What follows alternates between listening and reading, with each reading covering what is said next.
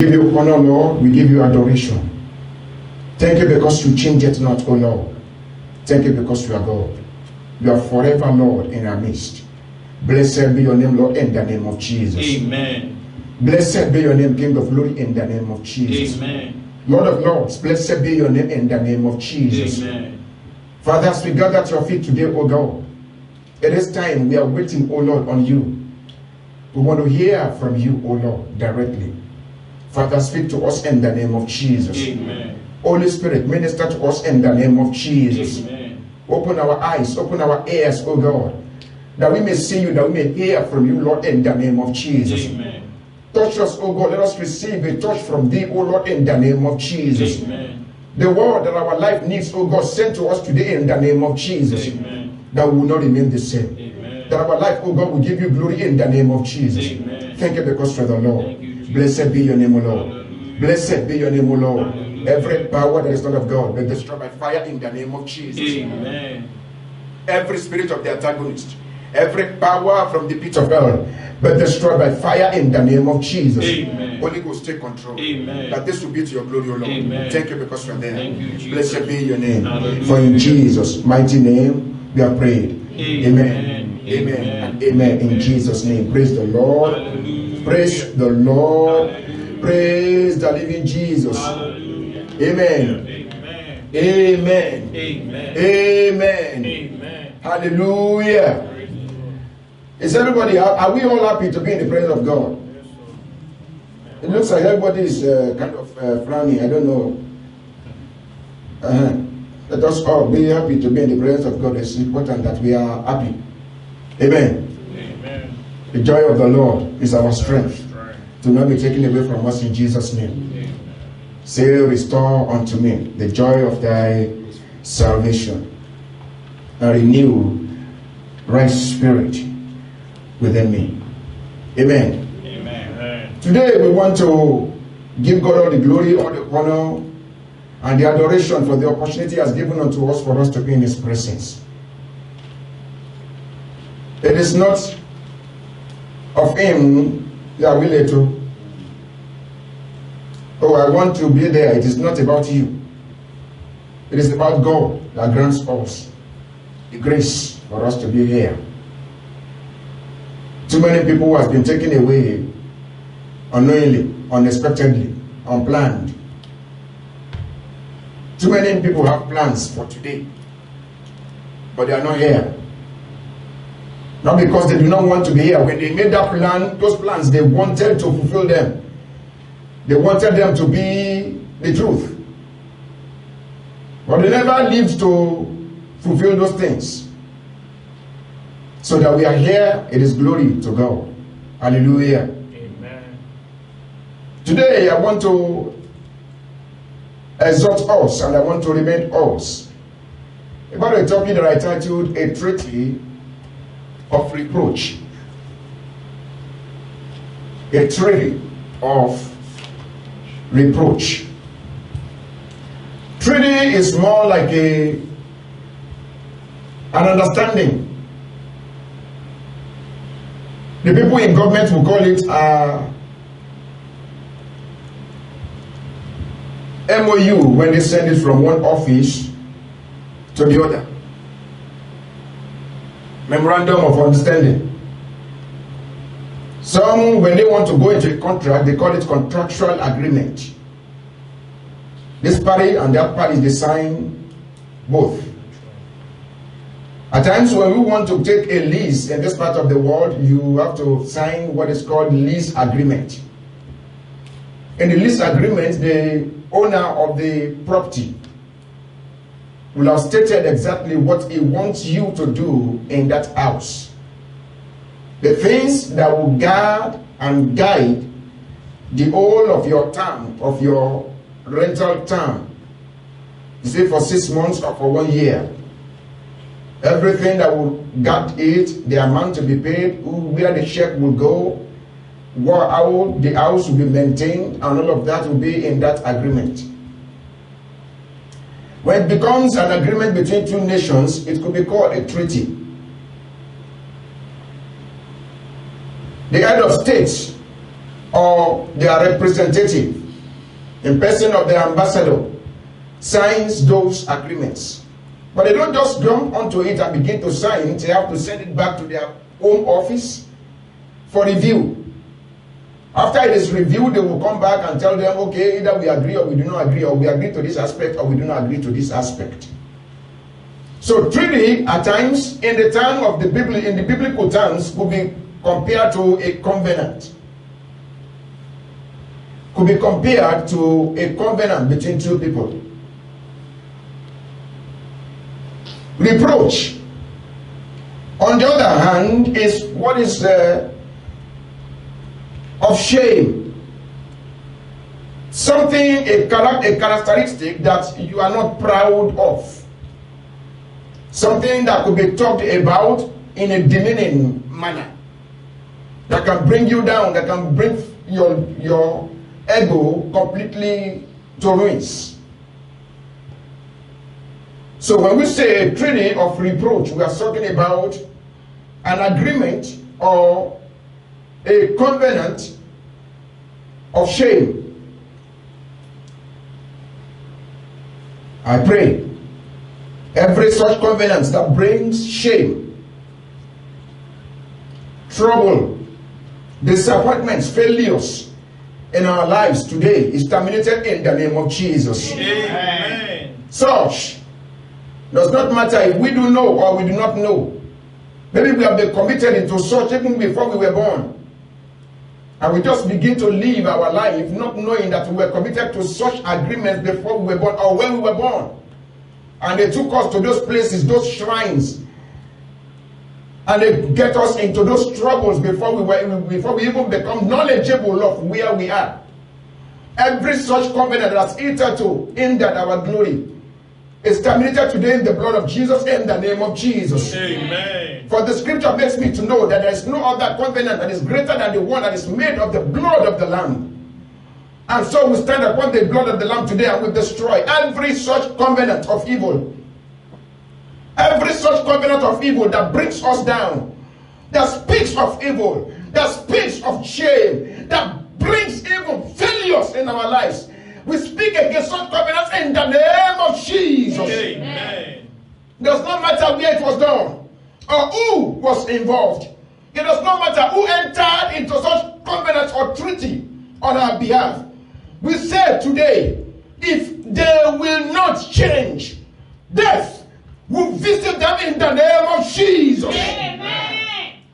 Whoever entered into the treaty and said, except I die, you will not make it.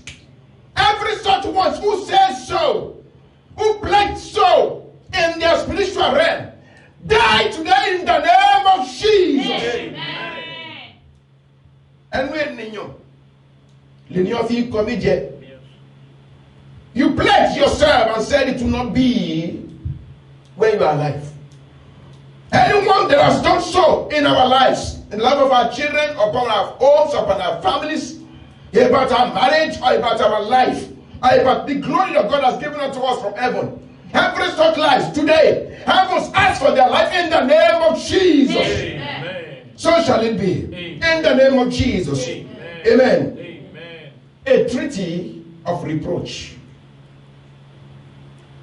From the beginning of this year, we've been talking about dwelling in His presence. And for over 2 weeks now, especially the night that we crossed to this new month, the Lord spoke to me a lot about reproach and the new thing that He is about to do. He is doing a new thing in our lives. And the scripture said that shall we not know it? And this, it will not be hidden when He starts doing the new thing. The new thing will show forth in your life in the name of Jesus. Amen. Nothing will make it hidden in the name of Jesus. Amen. In the text that was read to us, a man by name Nahash. He is a man that reigned during the times of Prophet Samuel. There was a man who decided that the people of God can live with reproach. A man who felt that the church does not have what it takes to live without reproach. A man who besieged the land, one of the cities of Israel in those days, a part of the tribe of Benjamin. And he besieged them to the point that he felt he could just give them a condition and they will accept it. And then start running with it. At times, we as people, let's go to that scripture very quickly.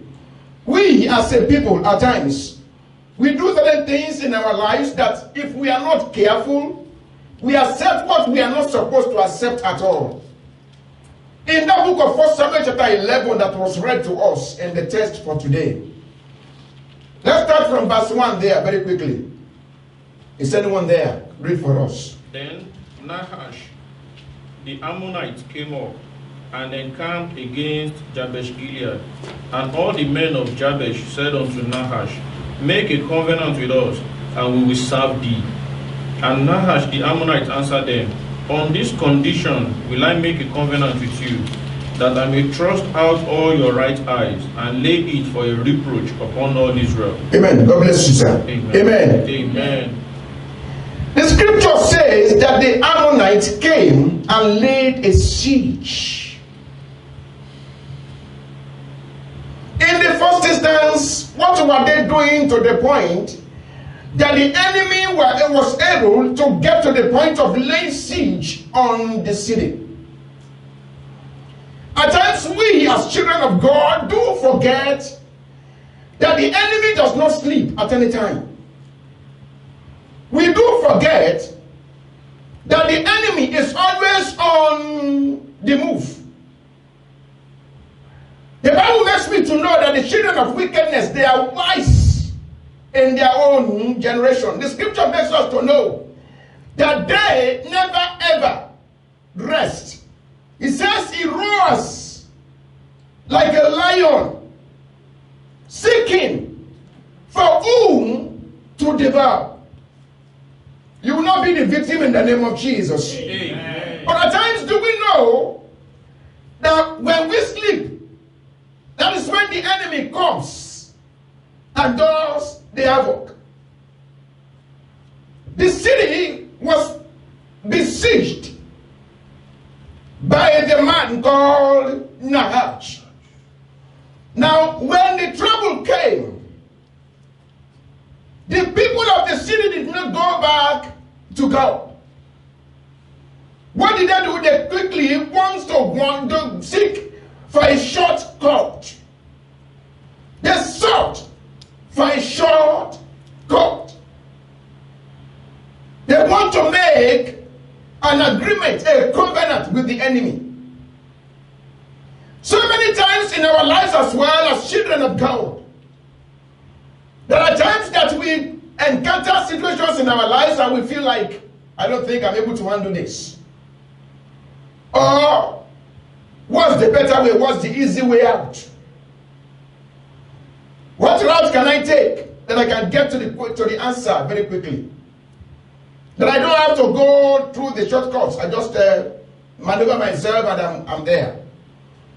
That's the reason you see people use their body to satisfy their bosses in the office. They use their body to get money. They use their body to get position or promotion. Because they are looking for the easy way out. Does it fail? Yes. Because it just makes me to know that there's a way that seemeth good unto man. Listen, the end of such way, the Bible says, is a way of destruction. It is not a way of goodness. It is never a way of success or breakthrough. So the people of Jabesh Gilead, they quickly ran to the king and said, you know what? You are laying siege. Okay, we know you are powerful, but we are ready to do whatever you want us to do. Once you tempt yourself, instead of running to God and you run to the enemy saying, give me your conditions, or make peace with me, you are expecting a condition that will take you into the dungeon. The devil is a wicked devil. It's not nice for anything. I do tell people, back home they would make this proverb. They said, whoever will eat with the devil must use a long spoon. Hello? There's no long spoon with the devil. What spoon do you want to use? Even when the children of God gathered together, the devil was there. In the presence of God, let alone, you now think that there's a plate that says one long spoon that you think you can use with the devil. No. The best you can do is don't tie with the devil. Don't even try it. It will beat you up because it's his game. It's his game. It's his world. It's his environment. It's in his area of comfort. Destruction is his business. So you want to play the game of destruction with the one who is the ship destroyer? You can't. You can't win the game. So they went to the king and said, don't worry, just give us your conditions. We will abide by it and we'll make peace with you. What was his condition? His condition was, I will remove your eyes. I will remove your eyes and to be a reproach upon Israel. Listen, I don't know where you made that covenant with the evil one. I don't know. Maybe let's get this straight. At times when the devil is about to strike, the Lord will tap us and say, wake up and pray. And then we refuse to pray and we just sleep off. You know what you are doing at that time? You are saying, devil, go ahead, just do what you want to do. I care less. That's what you are saying. When God tells you it is time to go to church and you say, don't worry, I have to do this job at this time. What you are saying is, devil, go ahead and do whatever you have to do. When the Lord is saying, child, minister to that person and tell him about Christ, and you keep quiet, what you are saying is that that person can cover you when you sin. And that is the meaning is that you are digging your own grave.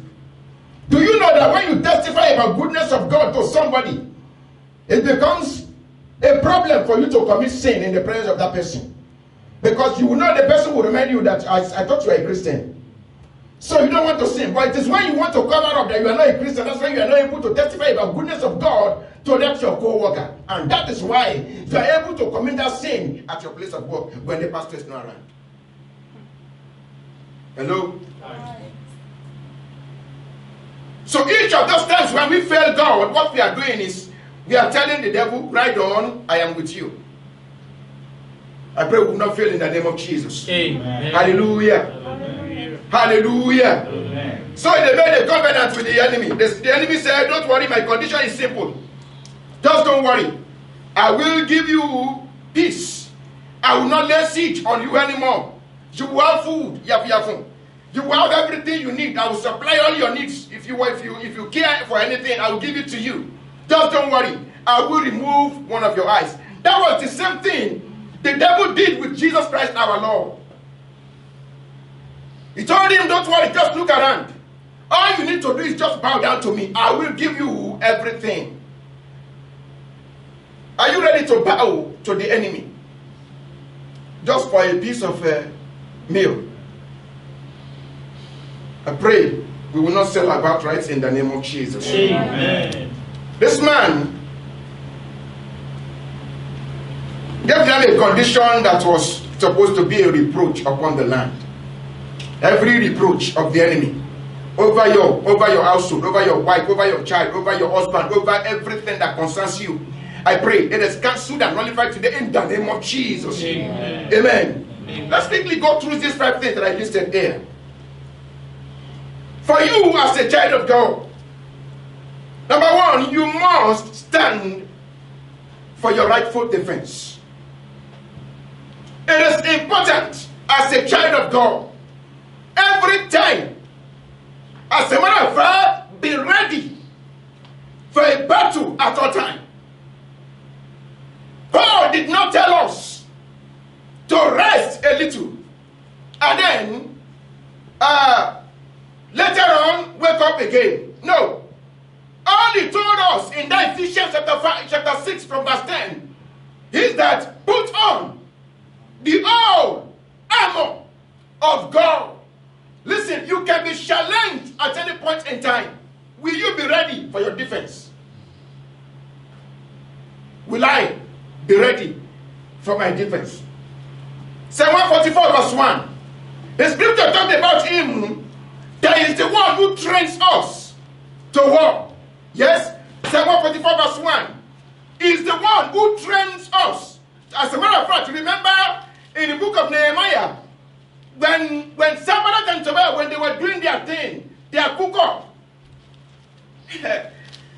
maybe we should read 2 verses there. Chapter 4, let's go to chapter 4 there, verse 17 and 18. Yes? Anybody in that Psalm 144? Blessed be the Lord my strength, which teaches my hand to walk. He is the one who teacheth my hand to walk. And my fingers to fight. Okay, and my fingers to fight. But whoever that will be taught must be ready to learn. Hello? Hi. It takes two to tango. Because if the instructor is saying do this and you are not ready to do it, then teaching fails. If God is willing to take you to places and you are not ready to travel a distance, where do we go from there? So be ready to learn. Be ready, be willing to completely surrender unto the Lord. In the book of Nehemiah, chapter 4, from verse 17, yes? 17 to 18, anybody there? Be ready for your own defense at any point in time, yes? They which builded on the wall, Uh-huh. and they that bear burdens, Yes. with those that lay there. Yes. Everyone with one of his hands wrought in the work, and with the other hand held the weapon. For the builders, everyone had his sword guarded by his side, and so builded. And he that sounded the trumpet was by him. Amen. Amen. So they were building with one hand. They have their weapon attached to them. They have the other hand holding a weapon, ready for defense at any point in time. Listen, in the book of Mark chapter 3, verse 27, Jesus himself was saying that if you will want to go into a house of a strong man, you will be ready to first of all ban the strong man, because if you want to, you cannot attack my house without being able to overpower me. Hello? Be ready for your own defense at any point in time. Be ready. Be prepared. Do not sleep.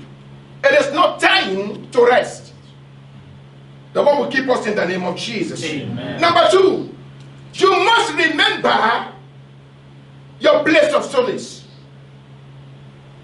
Your place of solace. Your place of comfort, your place of rest. You must remember that it is not on the war front. It was because David refused to go to war. That was when he remembered that there is a woman that it was time for him to walk around in the house and be relaxing and be enjoying. And then that was why his eyes went to where he was not supposed to see. And then he got into trouble. Remember your place of solace. That book of Psalm 91 verse 1, I think we all know it even by head right now. Psalm 91 verse 1. Your place of refuge is not out there in the world. Your place of refuge is under the canopy of the power and grace of God. I've said this many times. You cannot be under the shadow of God if you are far away from God. Because a person's shadow does not stay away from them. God's shadow is beside him.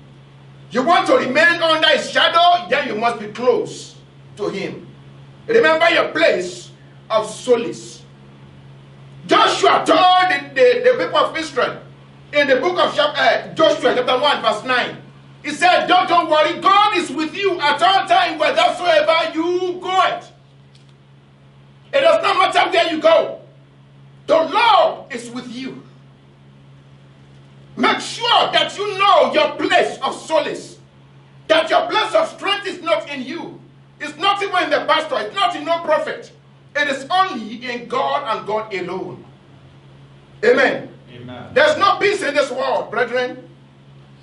As a matter of fact, the hospital that we have, the best hospitals that we have, is not a place of solace. Because the doctors will tell you we only try. Only God heals.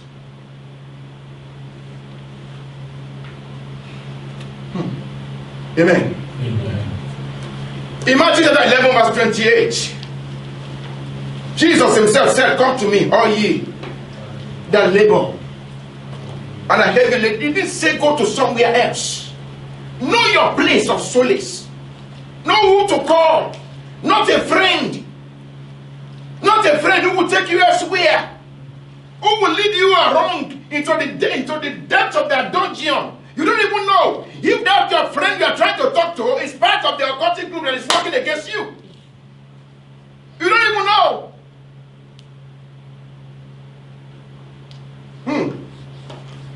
Ọ̀rẹ́ bí Jésù kò sí láyé yìí. Jésù nìkan lọ̀rẹ́ òtítọ́. Ọ̀rẹ́ ayé yìí lè kọ̀ni sílẹ̀. Ṣùgbọ́n Jésù kò jẹ́gbà. He's the only one who will never ever forget you. So why try at all? Because if you go that direction, you are going to fail. Let me not deceive you, brother. You will not fail in the name of Jesus. Amen. Amen. Amen. Remember this very well. Even David said, in the valley of the shadow of death, he will fear no evil. Why? Because the Lord is with him. Remember your place of solace. Number 3. Never, ever, don't even try. Never trade your liberty for you, the liberty that you have right now for anything else. Never. As from verse 3 of that scripture on the text that we read today, the people responded unto Nahum and said, listen, give us time. Give us time. Let's go make some consultation. We'll come back to you with results. Never. Don't ever trade your liberty for no reason. How? How do people trade liberty today in the church? Huh? Think about it. How do you trade your own liberty today? The liberty that God has given unto you, how do you trade it today? In the book of Galatians chapter 5 verse 1, Paul told us, let's go read it, 5:1.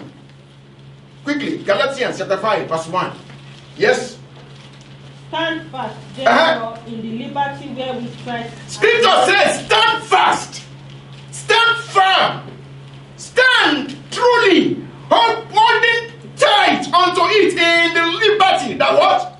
That wherewith Christ has made us free. Wherewith Christ has made us free, yes ma'am. And not be entangled again with the yoke of bondage. That's the issue. Don't you ever go bring the devil. Don't get to sleep. Trouble go wake up. Don't go there. Don't even touch it. Don't even try it. Don't even venture into it. Leave the devil where he belongs. The Lord will help us in the name of Jesus. Amen. You will not fail in the name of Jesus. Amen. In the book of John chapter 8 verse 36, he said, if the Son shall make you free. Are you truly free? Are you truly free? Paul said in Romans chapter 8 verse 36 that we should be slaves unto righteousness. Because whatever you yield yourself to is the one that you will serve as your master. Now, if we go back to sin, we are trading our liberty for something else. Hello? Because you cannot be in sin and say grace you are bound. So, when you have the liberty of Christ in you, what he's saying is, I've given you this freedom, I've given you this peace. Stand firm in it by holding on to righteousness. Don't ever venture into sin for any reason. Now, I do know that we are human beings, we do at times do fall. But when you do fall, repent right there. If you are talking to somebody and out of your own buoyancy, out of your own ego, you bragged about something that never happened, and you quickly remember that you've sinned, tell that person right away that was a lie. You may think it is a shame for you at that time. No. It is better for you to receive that shame now than for Christ to tell you, I know you not. Hello? Stand in the liberty. Stand firm. That's what he said in Galatians chapter 5 verse 1. It says, stand firm in that liberty. Do not ever go back again and put your neck on that yoke. Because in it we will be destroyed. I pray we will not be destroyed in the name of Jesus. Amen. Please, children of God, stand in that liberty that Christ has given unto us. Number 4, take advantage of your moment. Please, take advantage of your moment. In the book of Exodus chapter 3 verse 3, Moses, after losing his opportunity in Egypt and ran away, he got into the wilderness and saw the bush that was burning, yet not being consumed. The scripture said that he quickly stood by his side and said, I'm going to have to watch and see what happens next. Because it was a moment for him to meet with the Lord. Don't ever lose your moment. When the Lord is telling you to do something, don't fail. Hello? If the Lord is laying it upon your heart to give something to a brother or to a sister somewhere, don't wait. At times there are some of these things that we do that we think is so little. There may be the reason why God will look upon you and bless you. If God is leading you in that direction, don't hesitate. If God will wake you up in the middle of the night, pray. Don't waste time. Rise right there and pray. We will be praying over those reproaches in a minute, but I want you to know that God always gives us the second chance, the opportunity for us to redeem, for us to be better. Will you be able to grab that opportunity? Make sure that your moment is never taken away from you. I pray we will not miss it in the name of Jesus. Amen. As I pray, we will not miss it in the name of Jesus. Amen. Listen, on the way, they were talking, those two disciples, they were talking and gisting, talking about Jesus. They loved Jesus. It's not as if they did not know him. They loved him, they served him. And so they were walking and talking. And Jesus appeared with the two of them. And he was teaching them and telling them about the scriptures, exposing their eyes to see the scriptures. Sir, they missed it. They missed it until Christ blessed the food. They now realized, oh, it was sin. By the time they realized it was Christ, it was too late. It was gone. You will not miss your opportunity in the name of Jesus. Amen. Don't miss your own glory. Amen. Don't miss it. When the Lord is there speaking to you, note that he is the Lord. Hear very quickly and acting right there. Act on it. You will not miss it again in the name of Jesus. Amen. Amen. Amen. And lastly, be led of him. Let him lead you. Let him lead you. In the book of Romans chapter 8 verse 14, the scripture says, as men that are led by the Spirit of the Lord, they are the children of the Lord. That means if you are not being led by the Spirit of God, the answer is you are not a child of God. So I want to ask you, are you a child of God? Are you being led by him yet? In the book of Mark chapter 1 verse 12, the Bible makes me to realize that Christ was led by the Spirit of God. So if Jesus will be led by the Spirit of God, how can you make it if the Lord is not leading you? By separating ourselves from him, Christ himself made us to know that we cannot do anything. A tree that was planted is our Lord. We are all branches in that tree. If we refuse to stay in that tree and remove our branch away from that tree, our leaves will dry up right there. Be led of him. Let the Spirit of God lead and direct you at all times. Jeremiah chapter 10, very quickly, as we round up. Jeremiah chapter 10, verse 23. As we read this, I need you to note it very well. This scripture is very, very important. I don't know how many days goes that I don't recite it, because it is so important for you to know how important or how effective you can be in directing your own path by yourself. Jeremiah chapter 10, verse 23. Yes? Oh Lord. Uh-huh. I know that the way of man is not in himself. It is not in man that walketh direct his steps. Hello? Read it again, man, please. Oh Lord. We didn't hear what you said. Oh Lord. Uh-huh. I know that the way of man is not in himself. The Bible says that the way of man is not in himself or herself, yes? It is not in man that walketh. It is not in man or woman or lady or girl or man or young man or boy or old or young or black or white that walketh, yes? To direct his To direct his or her own path. You can't direct it. You now see how insignificant you are. Let God lead you. He's the only one who can lead us into victory. We will not fail in the name of Jesus. Amen. I don't know if you are there online, brother or sister, you have not given your life to Christ. There is no way the Spirit of God can lead you if you are not even a born again Christian.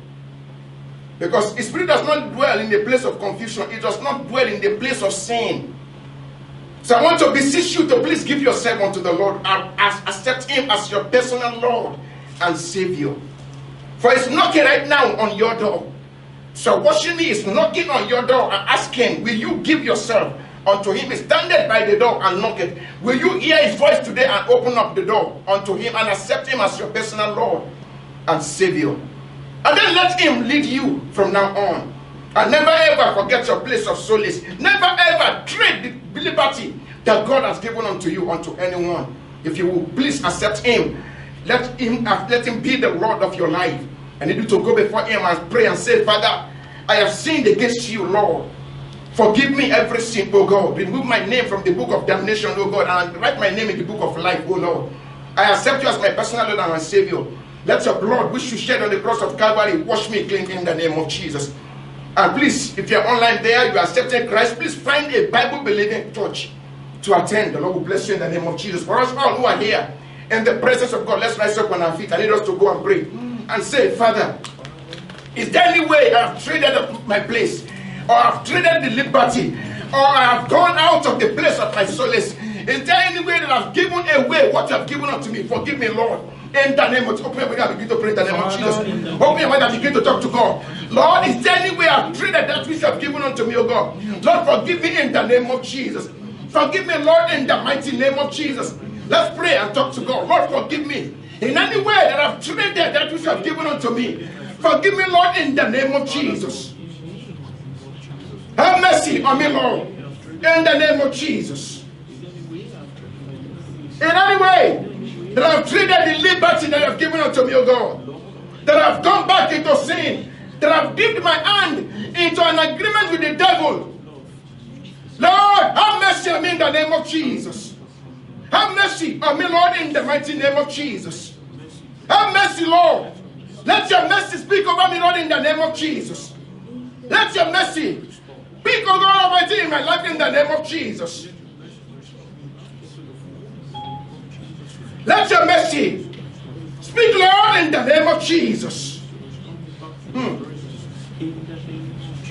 Thank you, Lord. Thank you, Jesus.